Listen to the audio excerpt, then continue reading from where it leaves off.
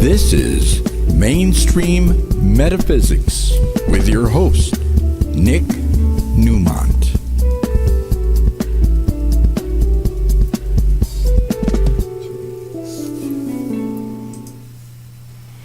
Well, welcome. It's Tuesday night in Los Angeles. It's 6 o'clock and time for another show. Hello, I'm Nick Newmont. Welcome with my guest, Michele Guzy, longtime friend. I've known you since 1996. Since we were 2 years old. Right, it was just, exactly. Just a little while ago. Well, yeah, if you're 2, then I'm like... 4. Well, I behave like that. Thank you. It's good to have you on. Thank you so much, Nick. I'm really excited to be here. We have an awesome topic tonight. We do. We do. We're going to just jump right on in, I think. I know. And what you folks want to know is that not tomorrow night, but next Wednesday night, Michele is on Audrey's show, Conscious Mind Tripping, Wednesday at 6. So there's a lot of... We're going to stir the pot tonight. Okay. And then you and Audrey are going to throw more of the spices into the pot. And then finish the So we stew. can be like the Spice Girls? Yeah, you could be a Spice Girl. I'll be. Not me. I will never be confused with that. Audrey and I will be the Spice Girl. Yeah, you two will spice it up. Oh, my Awesome. God. So welcome. First of all, I want to say thank you to all of you. Last week, the show that hosted with Becca and Merlin was on for the last, for a half an hour, basically. We got 600 views to that show, and that is amazing. And those are numbers that we would get back in the days of LA Talk Radio. In fact, I have to tell you something, that before COVID, our numbers at that studio were going way up, way up, way up. In fact, one of the shows that you did with me, Michele, was 900 some views. Yeah, So I think that was the past life regression show and the whole metaphysical, right. what's happening to us after we die, and is it real? Is past life real? So that was a good one. We'll do that one again. Yeah, definitely. Bring that one back. Yes, and Michele will definitely be on the show more often because you have so many things that you can touch on, all the topics that and there's a question I'm going to ask you in a little bit about you, okay? This is not rehearsed, but we know what we want to talk about. First of all, I do want to get into announcements, and a lot of these I talked about last week, and I'm going to go through these quickly. Every Thursday evening, Audrey has her spiritual and mental alchemy group at the center. That's Thursday nights at 7. She had a nice turnout last week. Please check into that. And then on Sunday, February 18th, we have the psychic panel and the individual readings with Mary Elizabeth, Kim Falcon, Sheena Metal, and myself. Mm-hmm. And there is room available for that. That's going to be a great event. Those are very well attended, because you can attend this panel, and we're talking to the whole group, and then we break off and do individual readings. Awesome. So that'll be cool. Then, Sunday, February 25th, our dear friend Gary Stewart will be at the Newmont Center. Gary does the constellation work. Yeah. That is really intriguing, unique work, if you've never experienced that. That's where people around you tap into you, and things about your family within you come into play. And as Gary says, in constellation work, we take on our ancestors' pain. Okay? Ooh. Oh, yeah. And then Friday, March the 8th, at the Newmont Center, there's 2 different events, Friday, March 8th, Sunday, March 10th. Our dear friend from back east, Catherine Glass, and her friend Jill Jackson will be at the Newmont Center doing a gallery, and that is speaking to deceased relatives. Mm-hmm. And that, Catherine is amazing. Catherine is really good. And we'll get to meet Jill Jackson, too. Then Saturday, February 3rd is our Focus on Success workshop. If you need to be more successful, want to make more money, and find out what the obstacles are or that are in your way, Audrey and I host that. That is an all-day event. We do that every year around this time. and people really learn what's getting in their way. So we have all these events coming up. If you would like more information about any of them, you can call the center at 818-865-8770, or you can call Audrey direct for what she's doing at 818-665-6165. Lots of stuff happening, and more that's not even, on the docket yet. So you and I are going to talk about mental health and what's going on in the world right now. And of course, if you don't know yet, Michele is a fellow hypnotherapist. In fact, Michele was teaching at HMI in Tarzana when I was attending there in 96 and 97. So that's why I'm saying I've known you a long time. You're aging us again. I thought we were in our 20s here. I'm 29. You're 30. We'll yeah, keep it at that. They see the gray hair. They know. Mine, not yours. Anyway, Michele, one of the things I want to ask you about is that you are a fan participant of metaphysics and ritual and all that. You present yourself as a hypnotherapist, and there's a lot of things you do within that. But how much do you rely on intuition, that part of you, your precognition when you're working with people? I've never asked you that before. How much do you tap into that part of you? That is such a good question, because I have been thinking about this actually for a while, and it's really starting to get good, almost as good as you. Not quite there yet, but I'm getting there. And so I've been doing hypnotherapy for, my gosh, over 32 years. And I do hypnotherapy, I do energy healing, I do past life regression, neuro-linguistic programming, and everything else under the sun. So it's all mind, body, emotion, spirit. And when we get trained to work with people as a counselor, as a coach, as a therapist, we're trained with a certain psychological, frame of mind and diagram. Well, you talk like this, you do this, you ask these questions. And after you've been doing it for a while, you kind of get off the book and you get off the scripts. Right. And then you really start listening. And then after you've been doing it a little bit longer, you're not just listening to the words and trying to figure out in your head, well, what do I say next? With us as hypnotherapists, what is the hypnotic suggestion I need to give? How do I work with them so I get the best results? Right. We then start listening with our intuition.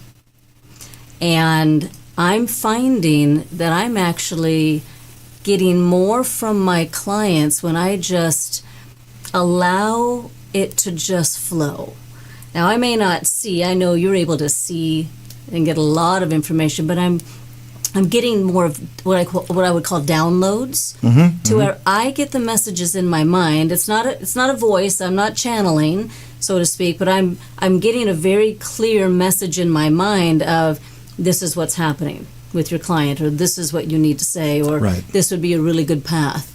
And when I just step out of my way and allow that information to flow, then it really activates something in my client a little bit more. So, I'm really liking what's been happening and using that intuition. And you know what? I'm going to just tell you right now, a lot of this is because of what I've learned from you, because Nick is brilliant in this field. Thank you.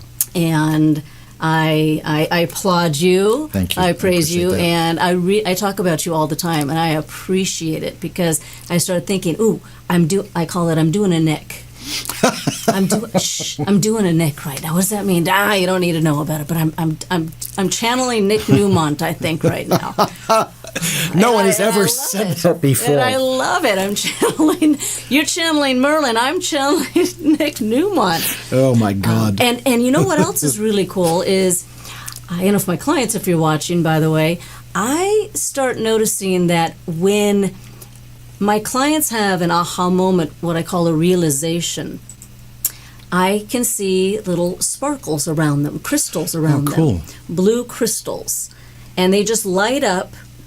And so whether that's their spirit guides or, it's just their subconscious mind giving me that message that, yes, they received it, I don't know, but it's awesome. And then that's when I know they've shifted.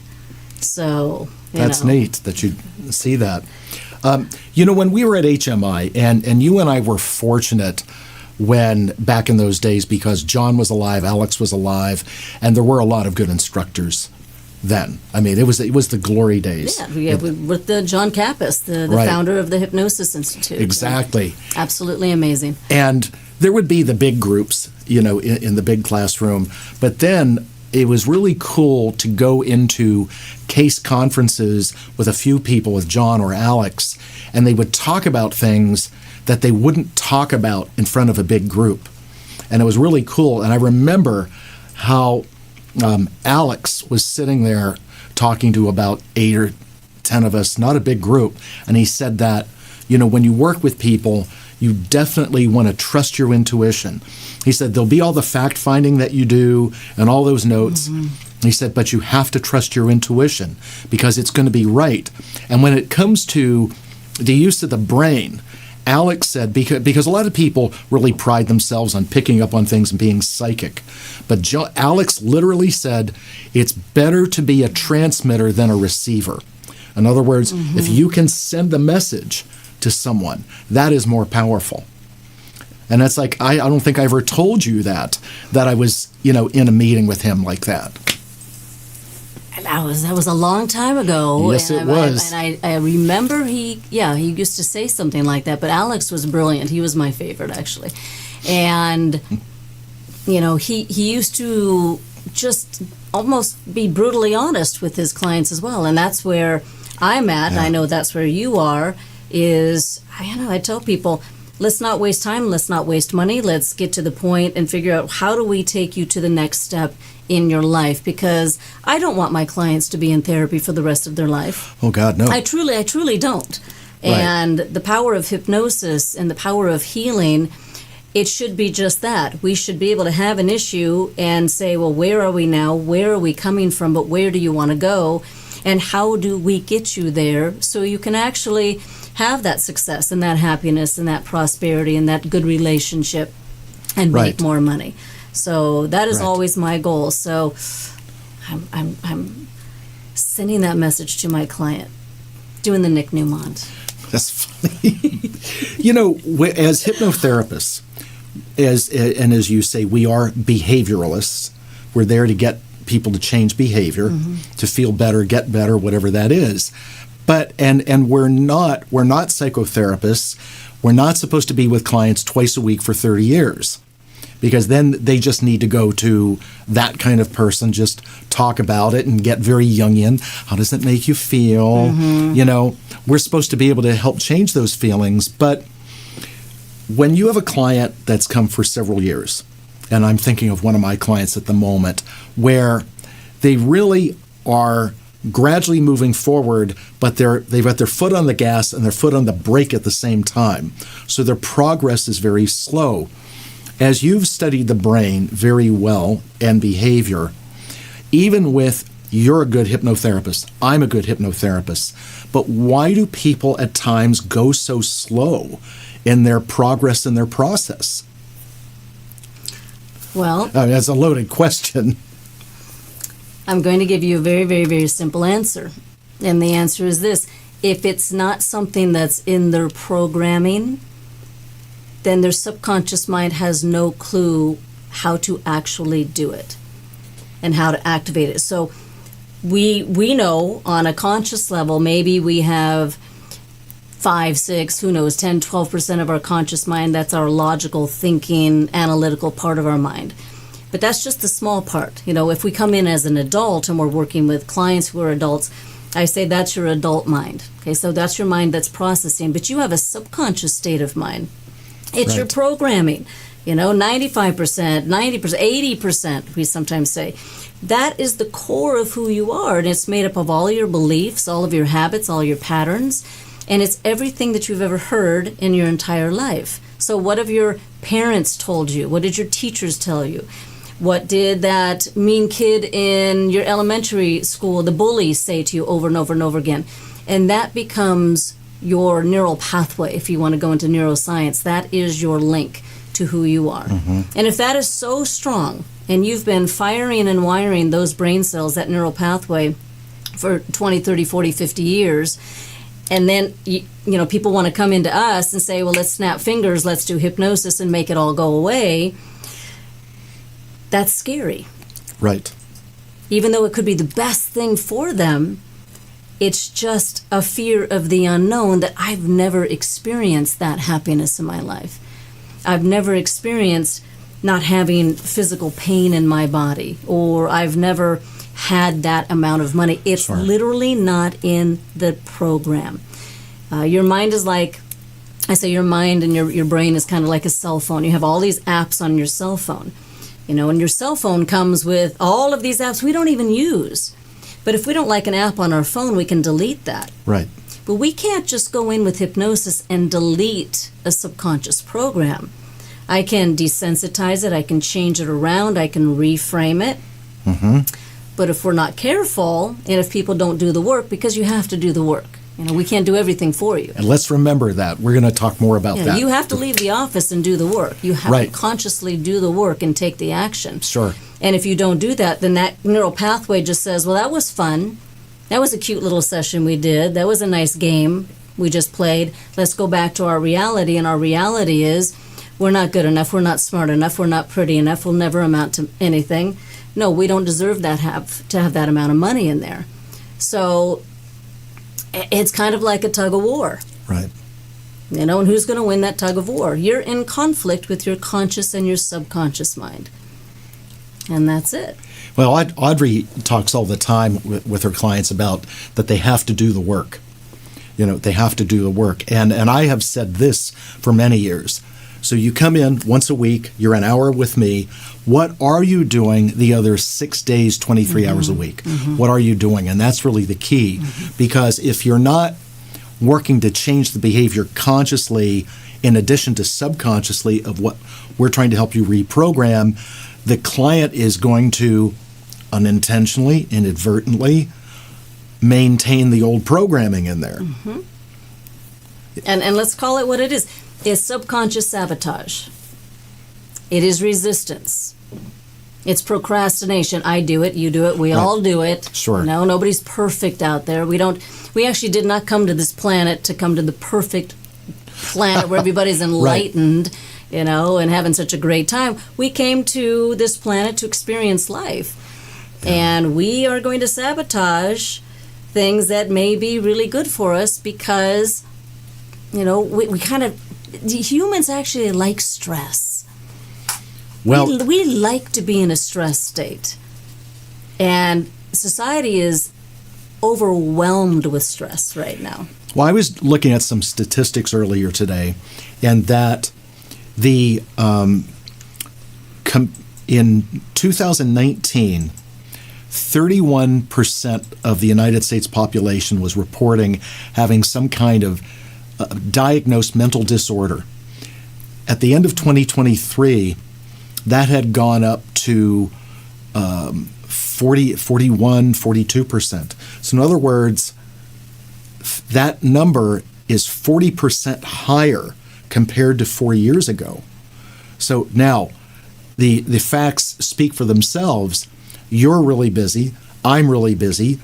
Our center has several other full-time or part-time therapists working there. I mean, you can look at COVID as a marker where busy, and all of a sudden the curve is like this, like taking off from Burbank Airport. You just up. There it goes. And so what has got people set off that we are so busy, gratefully busy? I just really think it's the fear. We're still in a state of the fear of the unknown, the fear of, am I going to get COVID again? I've had it a few times, and I know what it's done to my body. The fear of, if I go back to work, what if I don't feel good enough? The fear of, I had so many people had to stay home for such a long time, and the fear of getting back into society. Well, and also we do know, when we think back, the way it was presented through the media, was fearful. So that played on people. You know, a different scenario, but just as impactful. Weeks after 9/11 had occurred, I was working with a woman, and she was in her early 70s, and it was about a month after 9/11, and she was shaken up, all right? So I took the compassionate route first. I said, well, did you know someone? Did you lose someone in New York? And she said, no.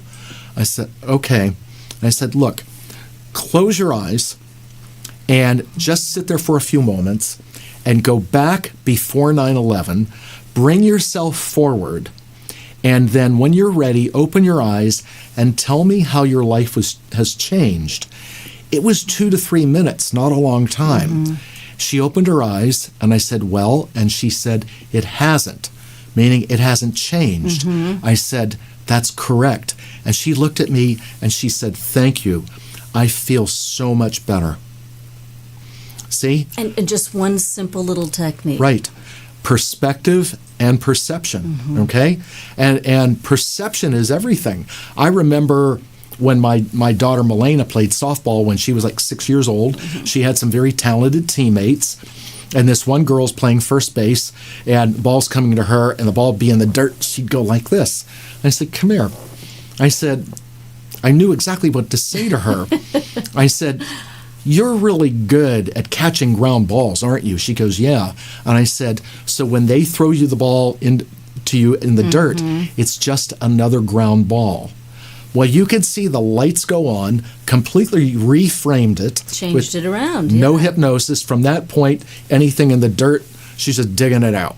Okay? Yeah, perfect. So now, as you were saying, as adults, we have a lot more programming with age and experience, but that part of the subconscious, the pain-pleasure syndrome, is that fear of the unknown.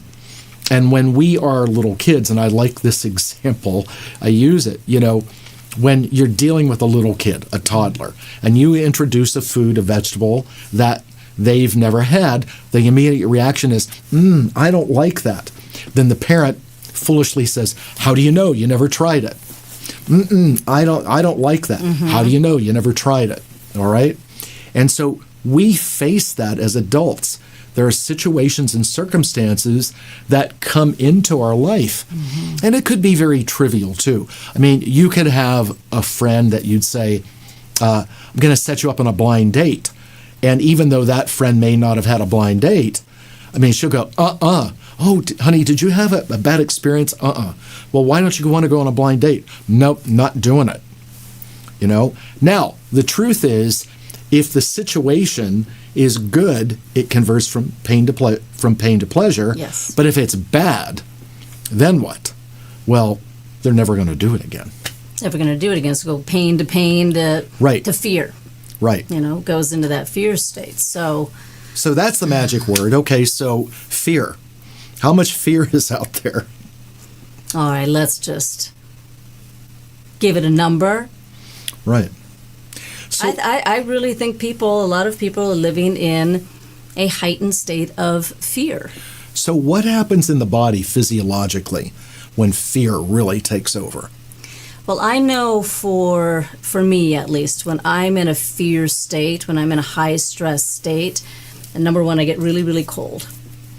So all your blood starts leaving your extremities, your blood pressure is going to change, your blood sugar is going to drop, and that fear affects the hormones, right? Yeah, right. We were talking about the hormones with the adrenals, the adrenaline, the cortisol, and sometimes fear can trigger a little bit of a stress state, can actually trigger a little bit of a dopamine hit.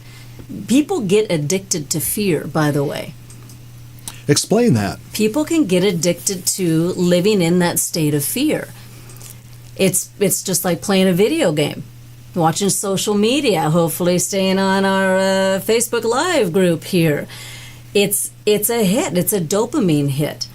But when you're stuck in the fear, and you're stuck in your fear of success, fear of failure, fear of rejection, fear of loss of control, fear of what people are going to think about me, then that becomes who you are. That becomes your persona.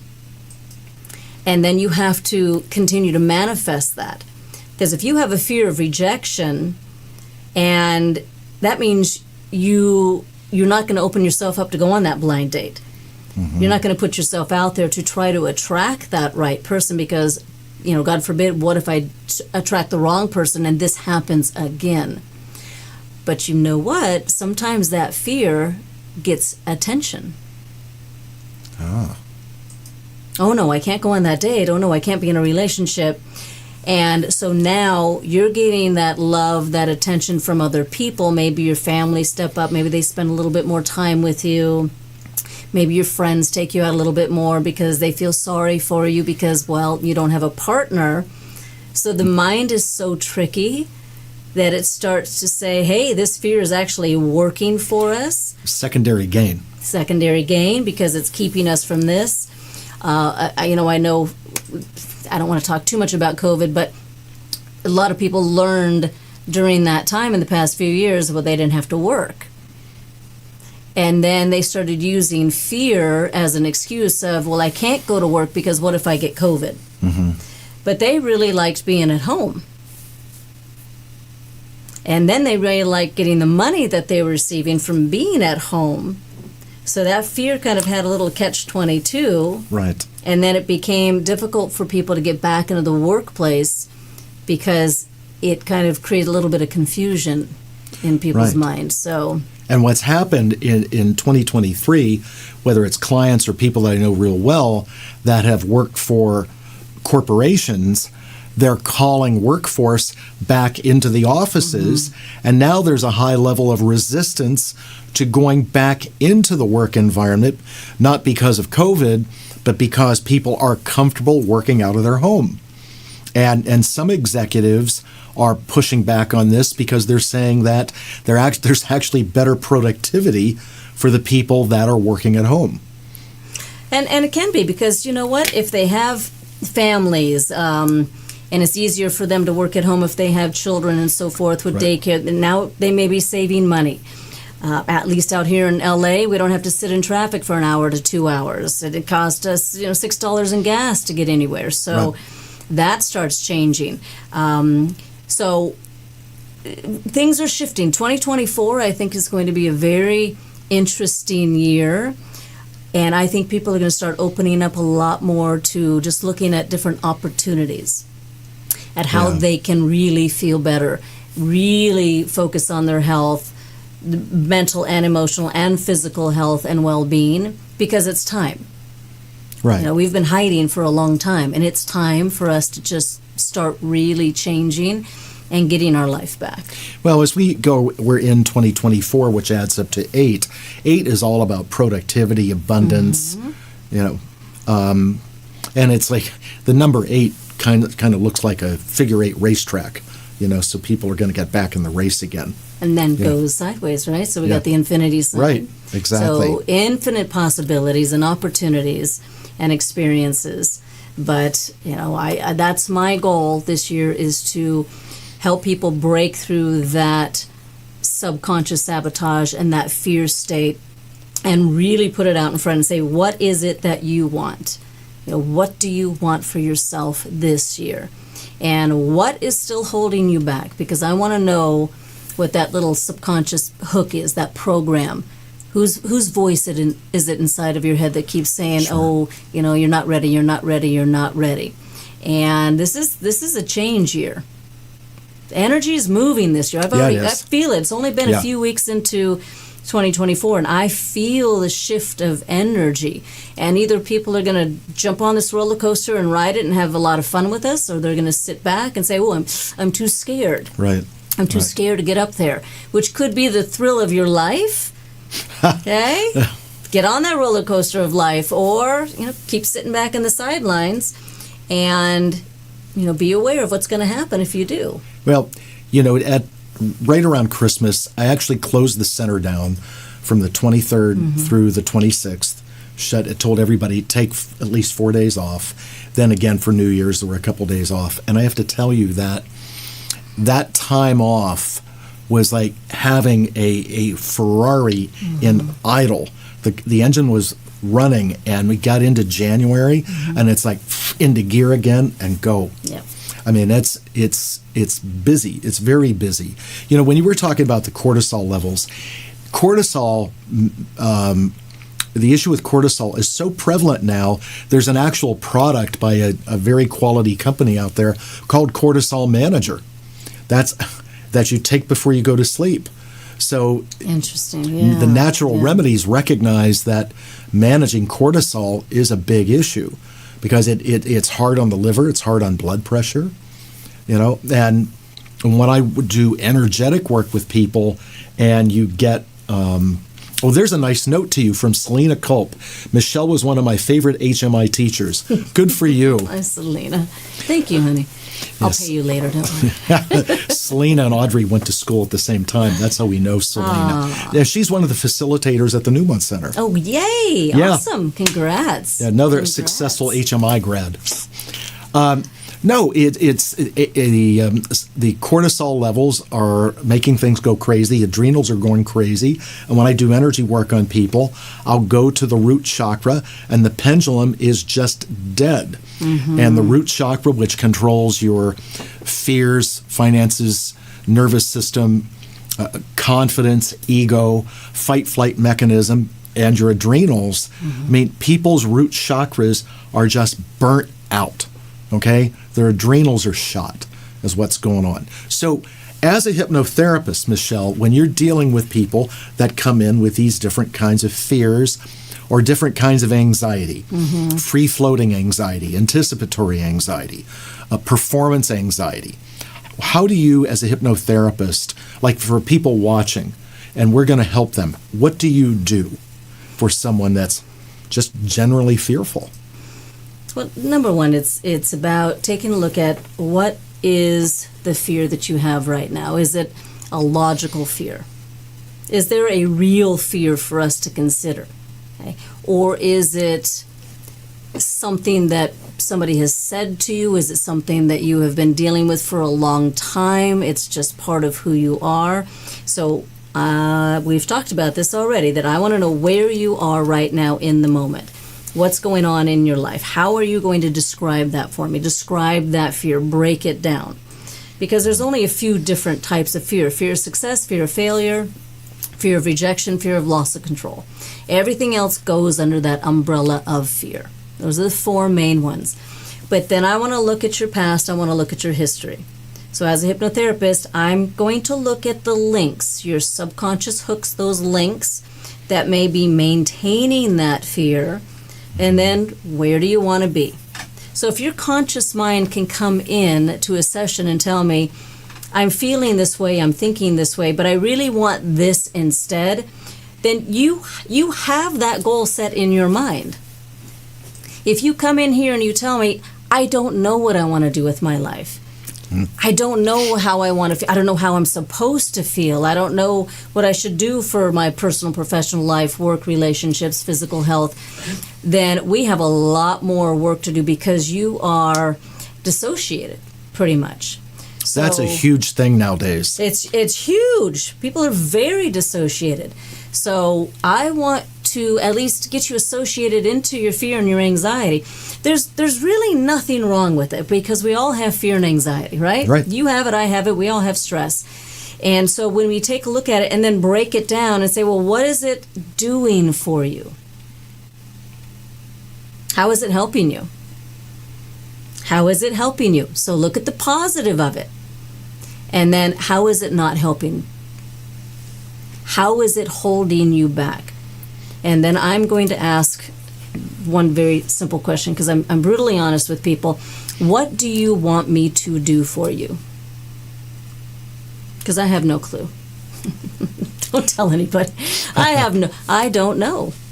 I need to know what you want. Right. And then if I feel that you're congruent, because I'm going to be looking at your eye contact, your body language, I'm listening to your tone of voice, I'm doing my neurolinguistics, and I'm seeing if you're congruent with this is what I want, then I want to know what do you think we need to do to help you get you there fastest. Okay. Because you know the answers. You don't come into a therapy session and not have the answer or the goal already in mind. You really don't. And if you are at that state, then yes, that's for the licensed professionals and the psychotherapists and maybe people that you need to do some serious, deep work. But when people come in for us, as hypnotherapists, they have a goal. I want to feel good. Most of my clients right now are dealing with relationship struggles and the anxiety of, do I stay in this long-term relationship? Do I get into a new relationship? Is it okay if I leave a relationship? Do I have the finances for it? And it's just the anxiety of making that decision for themselves. So anxiety is easy to shift. You can't have anxiety and stress at the same time you're calm and relaxed. Neurologically, it's not possible. It's literally not. I could change it for you right now. A little trick that we can do with people is sometimes I'll have you, and you can all do it right now if you want to, that if you get into just a negative state, if you just kind of sit here and go into a negative state, keep your head still, but just look down. You can close your eyes if you want to. And just think about, something in your life, a situation in your life, a person, an event in your life that's caused stress, tension, anxiety, and just think about it and bring up the emotion of it. And just bring it up for a few moments and just feel it.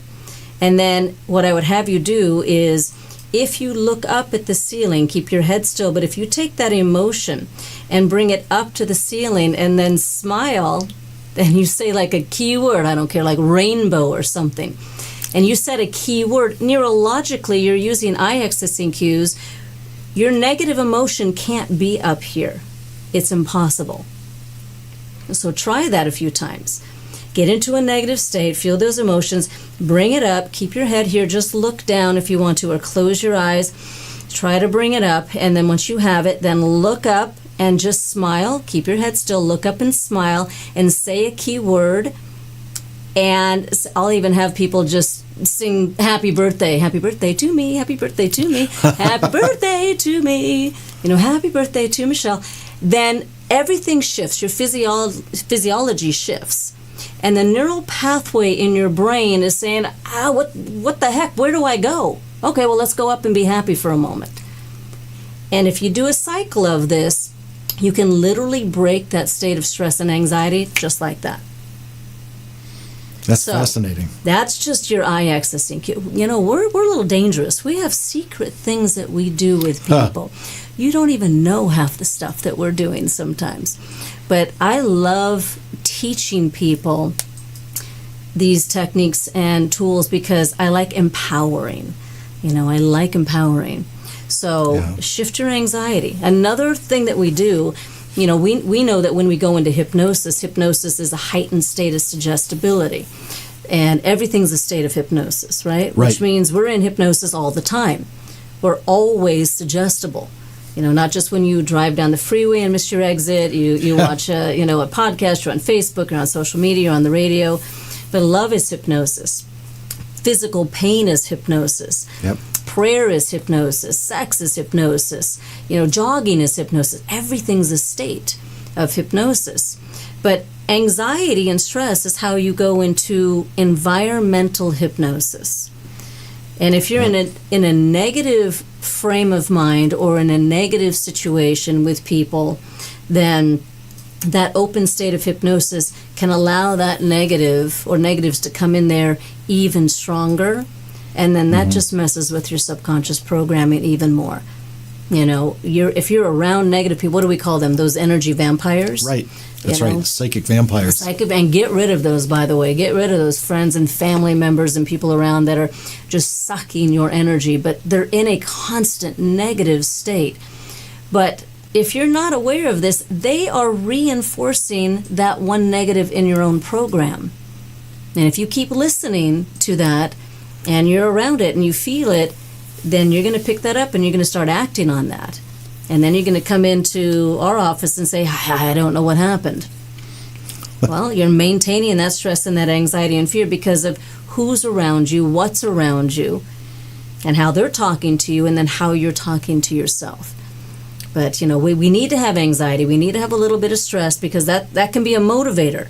That's right, it can. A little bit of procrastination can be a motivator and say, I've been holding this off too long. Now I have to do that project. Now I have to, reach my goal.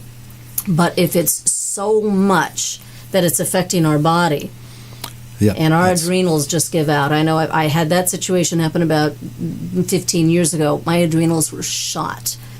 And I had a holistic doctor. He said, I don't know how you're still alive. You should be dead right now. Your adrenals are not functioning. And I was running on fumes. I was working 10, 12, 14 hours a day. That's right. So I love it when people talk about anxiety, but are you getting something from it? Are you maintaining this anxiety because you need it in your life, because you're afraid of achieving or afraid of having a good, healthy, happy, positive life? Or is it really anxiety and you don't know what to do with it and you're ready to make a change? Because we're change agents. Right, exactly. It's the bottom line. When I have a person that has anxiety about something, what I tend to do is try to find what the anxiety is about. Maybe it's a job or whatever, and convert the anxiety to excitement. So I don't try to take away the feeling, because God knows when we work with people, it's tough enough to get them in touch with their feelings. A lot of people don't feel. Well, what about whatever event? Well, I think when this happened, that, no, but how do you feel about that? Well, I think that when, that's the way they answer. But how do you actually feel? And then you have to tell them, okay, so what you do is, now I want you to close your eyes and really think about this. Now, tell me, as you relive this, where are you feeling that in your body? Where in the body, yeah. Yep. And then that changes that, like, oh, yeah, and neck, shoulders, stomach, whatever it is. Because a lot of people don't feel. And then we can go into those areas that we call body syndromes, right? So if we can pinpoint where that anxiety or that trigger is in your physical body, then that's going to give me more of a message of where it's coming from. Absolutely. And a lot of people just don't understand what emotion does to the physical body. They think it's an ailment, as pertaining to Western medicine and diagnoses like that.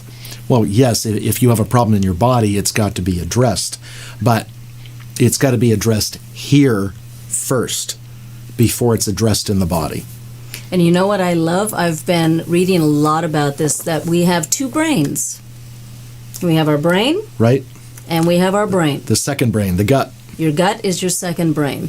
And they're starting to find so much evidence of, dis-ease, disease, illness that's starting in the body. And it is coming from your gut. We were just talking about Parkinson's the other day with a friend of mine, and the new studies of what's happening in the gut related to Parkinson's. And, so what we're eating and what we're drinking and the chemicals in the water. Right. I was just up in Lake Arrowhead over the holidays, and I'm from Alaska. And so when I went up there, I could breathe, the air was so clean and the water was so clean. And I wasn't feeling good when I went up there. I had a really bad cold. And I started to feel myself healing. And then I had to come back down to L.A.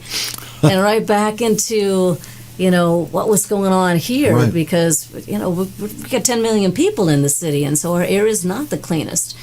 But, body syndromes, that's another thing. It's really something really simple for you to be able to take a look at for yourself. And what are the 5 body syndromes? So we have, anything that's going on in your head and neck and shoulders. This is the decision-making area. You have responsibility going from your shoulders all the way down through your back. You have guilt and frustration in your midsection.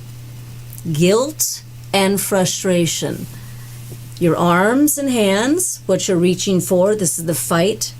And then the legs going down is the flight or the running.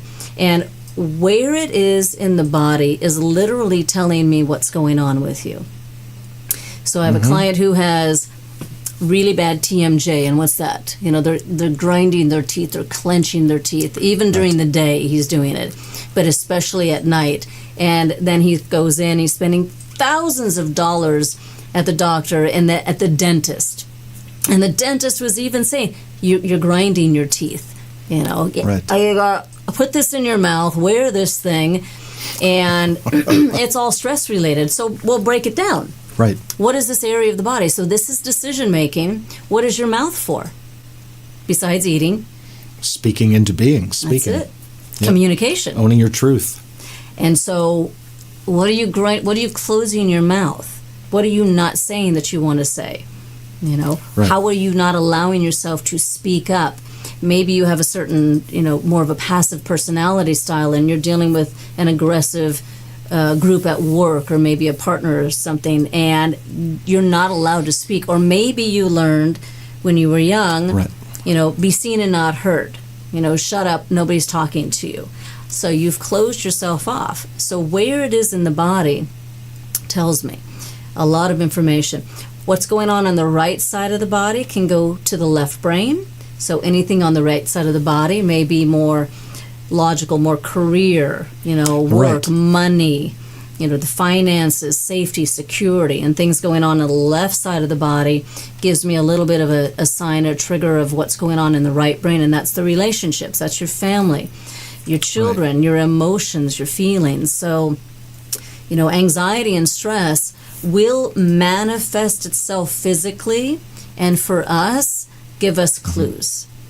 And when we find those clues, sometimes, that's when that little aha moment comes up, that little flag, and says, the subconscious mind gets it and says, oh, okay, now we're going to be releasing it. And whether or not it feels safe to release, it's up to you.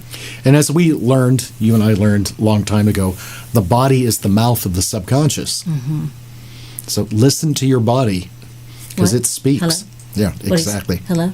It's, can you hear? It says, Nick is the best hypnotherapist on the planet, and the energy healer and psychic. Yeah. Yay! Thank you. So I pay attention to my body a lot. I work a lot with that with my clients, and I like to keep it so simple. Right. Well, but the clients do make complexities. Yeah. That's why it looks like a knotted ball of yarn, and we have to take one thread at a time. Mm-hmm. I want to go back to something you said a little bit ago, and I'm really curious about this. Is that why are couples having so much problems right now? I mean, we know there's fear out there. What's going on with couples? I'm wondering if just because in the past few years so many things have changed in society and in our workspace because of, once again, COVID, the C word, and and a lot of people were stuck in their houses. Right. Together with a partner, and even though maybe they've been together for a long time, now they're there and they can't go anywhere. And then they're realizing, ooh, it was fine when you're at work for 12 hours a day, and I'm over here and I'm sitting in the car for 2 hours driving home, but now we're here together. I think it opened people's eyes and helping people really stop and realize, am I feeling loved in this relationship? Am I feeling safe in this relationship? Am I getting what I want out of this relationship? And men and women. I have a lot of clients that are coming in that are a little bit older. They may be in their 40s and 50s and 60s and up, and been in long-term relationships, and they come in and they're like, I think I'm done. Mm-hmm. I'm ready to move on. And I'm okay with that. I just want to know what's the reason you're okay with it, and as long as you're on board with how you want to do your next 10, 20, 30 years, I always tell people, think about 100. Think about living to 100. And maybe you did 30 years with that partner already, and you're good to go. There's nobody that says now in these times that you don't have to be with the same person for the rest of your life. You don't have to be in that same relationship. You don't have to be in that abusive relationship. Women, we've changed. We can have our own careers. We can make our own money. We can raise our own families. And women are waking up a little bit more to that and having that understanding. So it's just it's just so much stress on the planet. I think it's taken its toll, and it has come back into our dynamics of our relationships. But I think it's opened our eyes and helping us look at and saying, am I happy or not? You know, is this person making me happy? Is this job really making me happy? Am I living in the place that's making me happy? And it, you know, people are moving. People are downsizing. People are changing. People some people want a simpler life. You're like, I'm just so tired of feeling this way. I'm sick and tired of being sick and tired. You know, I know when COVID hit, especially for me, I was working a lot and I was exhausted. I loved it, but I was exhausted. I was never home. And all of a sudden I was home and everybody was home. And I could work on my house and I could relax and I didn't have to get up and go in and deal with all of this. And so I kind of liked it. And it helped me start to deal with my stressors a little bit different and put myself first and take care of my physical, mental, emotional, and spiritual health, coming in and doing healings and looking at the food that I was eating. So, you know, for me, at least in the past few years, it woke me up. I'll put it bluntly. It woke me up to, I don't have to deal with this stress anymore. Right. Well, I think on the upside of that is that when people had to stay home and everything was, not everything, there was a chunk of things that were shut down, it gave people a time out. And it did allow people an opportunity to take a step back and look at things and review things and take a little reality check. You know, which that's okay. You know, and we need to do that, and it needs to be okay to do that. Well, that is really by choice why people are supposed to take time off from work and take vacations or go on a holiday. You know. And I think in America, because I travel quite a bit in America, they always think of us Americans, we're like, you guys, you work so much. You're always working. When do you go take a siesta? When do you go take a break? Well, how come you're open at lunch? You're seeing clients on a Sunday. What's going on? And, you know, people around the world, they're not as stressed as us. Right. You know, years ago we were in Italy, and in the middle of the day, all the shops shut down. That's it; they're closed. And then there were several weeks where, in European countries, businesses like factories, they shut down. So instead of people being off and having a skeleton crew, and they shut the whole factory down, so they don't really lose productivity. Just that everybody goes away. They come back fresh, ready to go again. Yeah, we don't ever shut down. I mean, you know, when I was growing up, there were in many states blue laws where most businesses were closed on Sunday. You know, everybody was off on Sunday. Grocery stores weren't open. Nothing was open. Exactly. Now, so that shut down, and then, so this is why our adrenals are shutting down then. Right. Because we don't shut down. Right. The factory is always going. And your adrenals, your root chakra, that's your pilot light. You know, like in your hot water tank. And sometimes the hot water tank goes out. And one thing for sure is that for you, say you're at your job and it's the middle of the day, and all of a sudden, say 11 o'clock or whatever, all of a sudden you're so tired, you're sleepy, you want to pay attention to that, because sleep is the natural way that the body heals itself.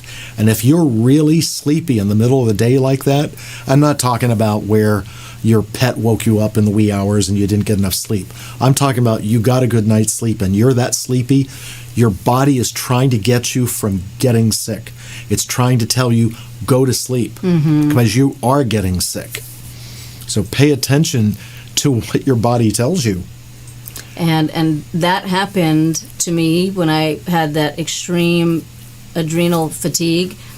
I came home from work one day. I was feeling fine.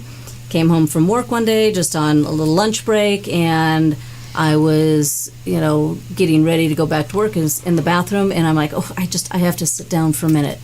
And I sat down on the floor and I passed out. And I was out for an hour. And I don't remember, even passing out. And that's when afterwards I met with my doctor and he said, your adrenals are shot. Right. So think about that. Think about your health. How can we help you? How can you help yourself? And what do you want to do this year so that you are so mindful of it and not feeling that it's selfish for you to want to take a little nap or take a break or, Right. honey, you take the kids for a while. I want a day off. Or, you know what, let me talk to my boss. Maybe I could work from home, a little bit more than I was and so forth. But it's being self-full. It's putting yourself first. Right. Yeah, you have to take care of yourself, and also in the body functions. When the adrenals really go down, that goes straight to the thyroid, which is your metabolism, and then you've got no energy to do anything, and you're sluggish and all of that. I mean, your body, all your glands, your chakras, they're all connected. You have your adrenals, and in a woman, it's the ovaries, your pancreas, your thymus, your thyroid,